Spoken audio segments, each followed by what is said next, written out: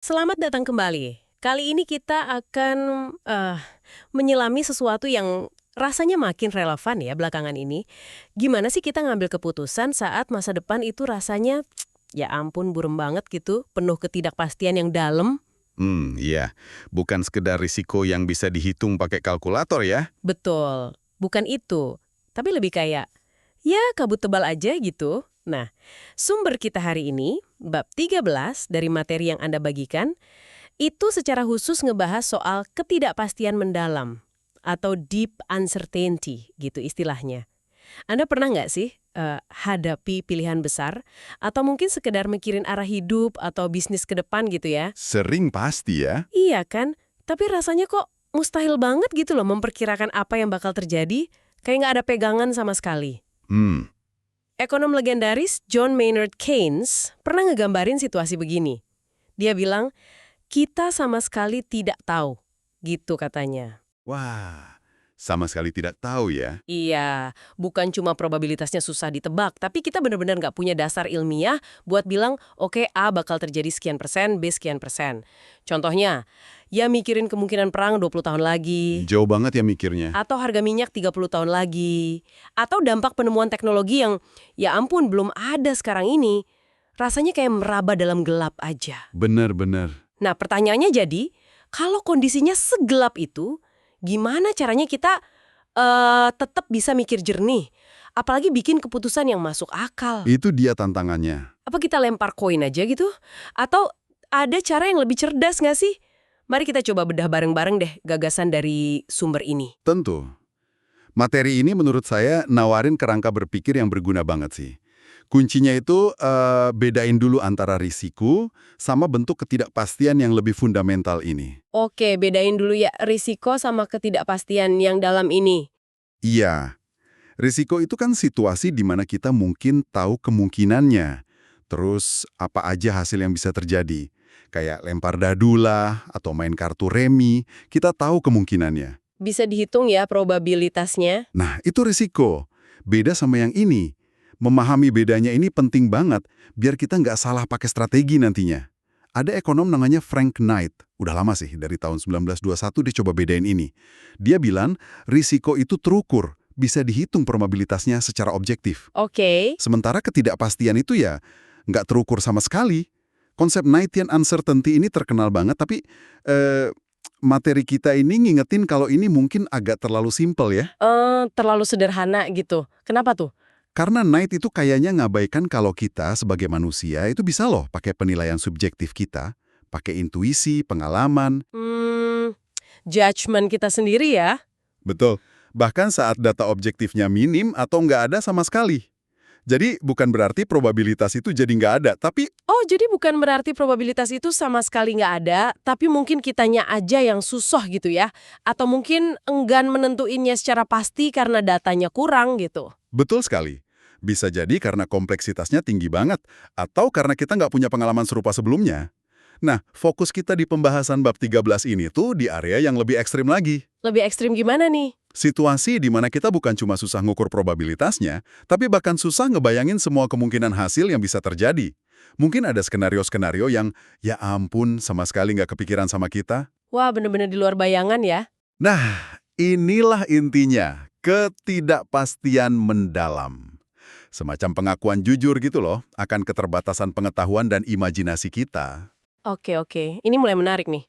Kalau kita udah masuk ke zona ketidakpastian mendalam ini, di mana prediksi akurat, hitung-hitungan probabilitas, itu udah nggak bisa diandalin lagi. Terus pegangannya apa dong? Nah, itu dia. Disinilah terjadi pergeseran cara berpikir yang fundamental.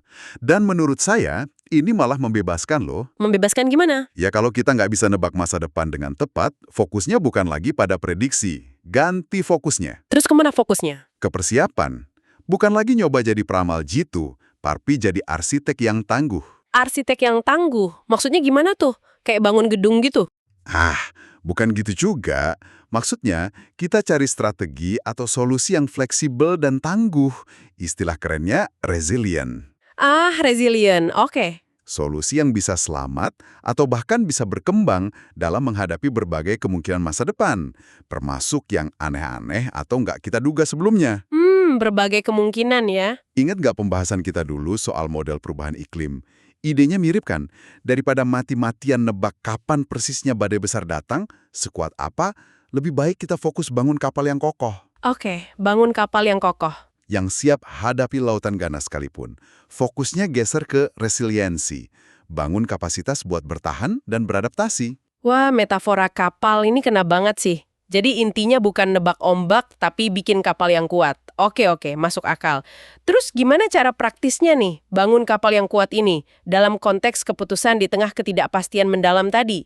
Nah, materi ini nyorot beberapa pendekatan konkret. Salah satu yang paling umum itu namanya perencanaan skenario. Scenario planning. Skenario ya, oke. Tapi, penting banget dicatat nih, ini bukan alat prediksi. Tujuannya bukan nebak skenario mana yang bakal terjadi. Loh, bukan prediksi. Terus buat apa dong repot-repot bikin skenario kalau gitu? Tujuannya itu buat mengeksplorasi berbagai cerita masa depan yang masuk akal. Plausible gitu ya, tapi beda secara fundamental. Mengeksplorasi cerita.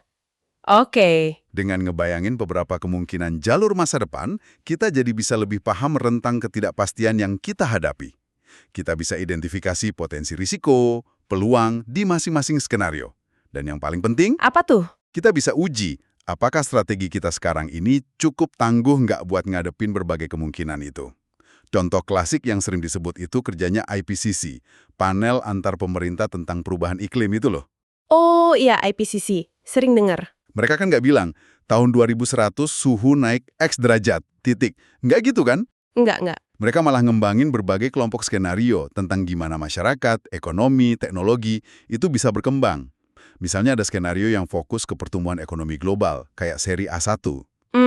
Ada yang lebih ke solusi regional, keberlanjutan lingkungan, seri B1 namanya. Ada juga yang dunianya lebih terfragmentasi, seri A2. Masing-masing punya asumsi, punya jalur cerita yang beda. Banyak ya skenarionya. Dan IPCC secara eksplisit bilang, mereka tidak ngasih bobot probabilitas ke skenario-skenario ini. Gunanya, ya buat bantu pembuat kebijakan mikirin implikasi dari jalur-jalur yang beda itu. Oke. Jadi skenario itu kayak semacam peta kemungkinan gitu ya, bukan ramalan cuaca. Tepat, peta kemungkinan.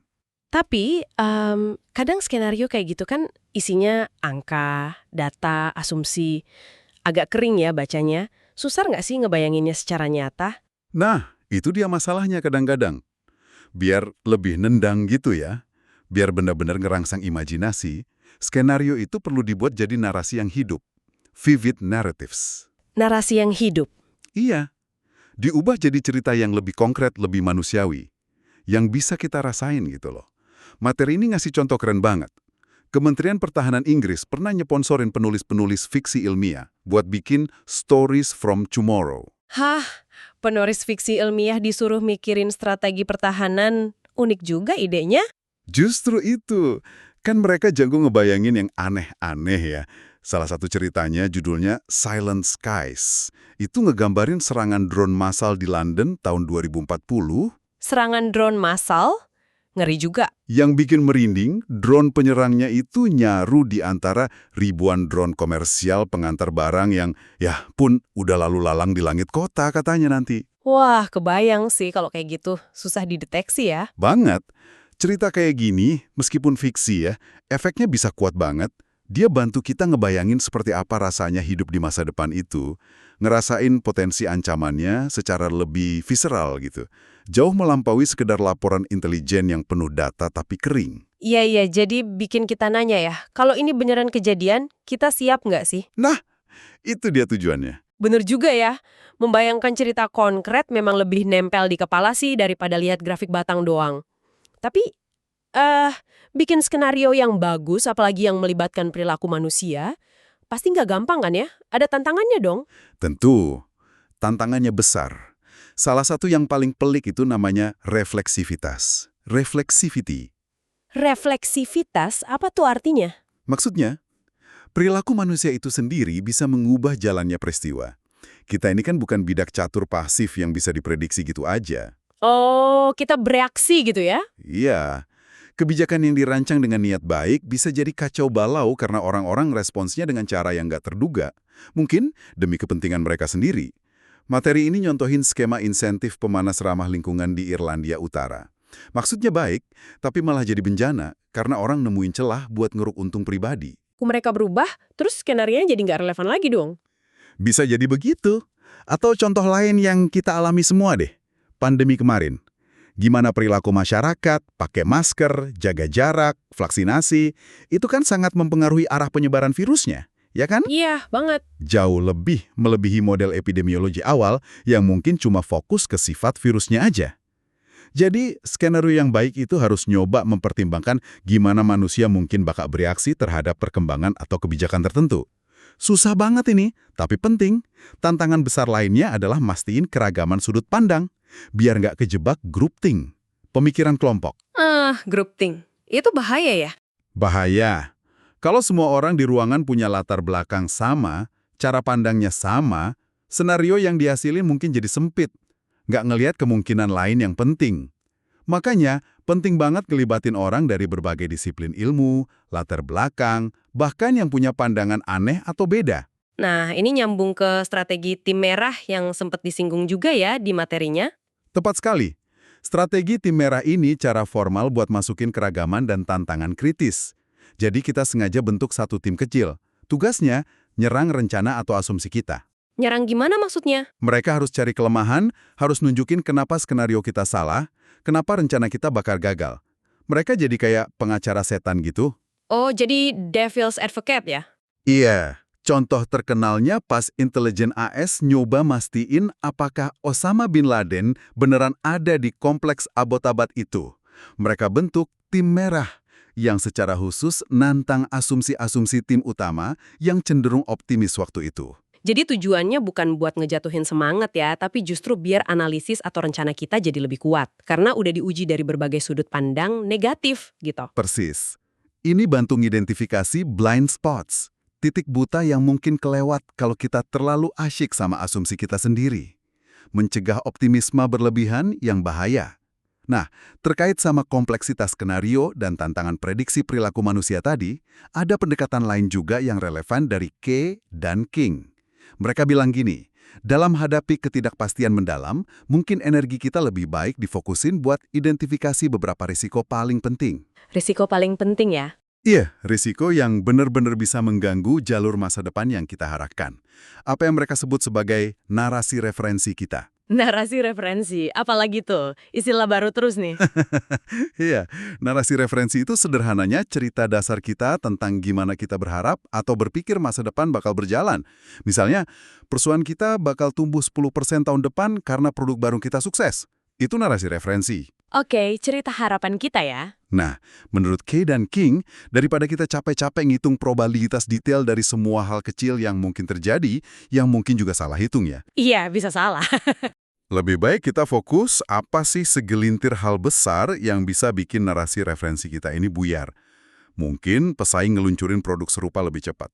Mungkin ada perubahan regulasi mendadak. Model dan analisis kuantitatif tetap berguna kok, tapi lebih buat ngeksplorasi aspek-aspek dari skenario ancaman utama ini, bukan buat ngasilin satu angka prediksi yang presisi. Oke, jadi fokus ke ancaman game changer-nya ya, bukan ke detail-detail kecil yang ribet. Ini melengkapi ide skenario tadi sih, kita udah bahas strategi buat ketidakpastian yang, ya setidaknya masih bisa kita bayangin lah skenarionya, walau probabilitasnya nggak jelas. Tapi, gimana dengan yang benar-benar di luar dugaan? Kejutan total. Nah, ini dia. Yang bahkan nggak pernah kepikiran sama sekali oleh kita. Unknowns yang terkenal itu, apa kita angkat tangan aja buat yang ini? Nyerah gitu? Nah, ini dia kuadran terakhir yang paling menantang ya. Tapi ternyata, ada trik sederhana yang cukup cerdas loh, untuk setidaknya mengakui keberadaan unknowns ini.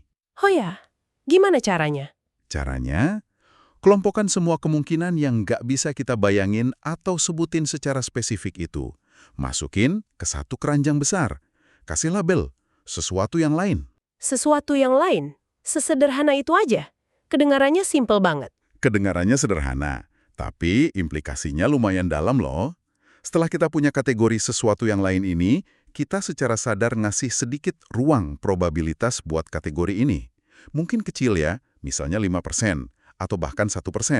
Tapi yang penting, tidak 0. Wah, ini menarik. Jadi kita secara eksplisit bilang, oke, kita udah mikirin skenario A, B, C. Tapi kita juga sadar ada kemungkinan D, E, F, G. Yang kita nggak tahu apa bentuknya, dan kita sisihkan sedikit probabilitas untuk kemungkinan itu. Gitu ya, kayak semacam pengakuan rendah hati kalau kita nggak tahu segalanya. Tepat. Kerendahan hati epistemik yang terstruktur, kalau mau pakai istilah kerennya. Contoh nyata yang sering dipakai itu Bank of England dengan fan charts mereka. Oh, yang grafiknya kayak kipas itu ya? Iya, bener. Grafik proyeksi inflasi atau pertumbuhan ekonomi mereka kan bentuknya melebar kayak kipas seiring waktu. Nah, di ujung bawah kipas itu, mereka sengaja nyisain sedikit ruang probabilitas, katakanlah 5%, buat kemungkinan-kemungkinan buruk yang tidak secara spesifik dimodelkan. Jadi kemungkinan yang nggak ada di modelnya gitu ya? Betul. Bisa krisis finansial yang belum pernah terjadi, bisa disrupsi teknologi besar-besaran, bisa pandemi global. Dan ternyata ruang itu jadi relevan banget ya pas COVID-19 melanda kemarin. Sesuatu yang kayaknya nggak ada deh di model ekonomi manapun sebelumnya. Persis. Pandemi itu masuknya ke kategori sesuatu yang lain bagi sebagian besar model ekonomi waktu itu.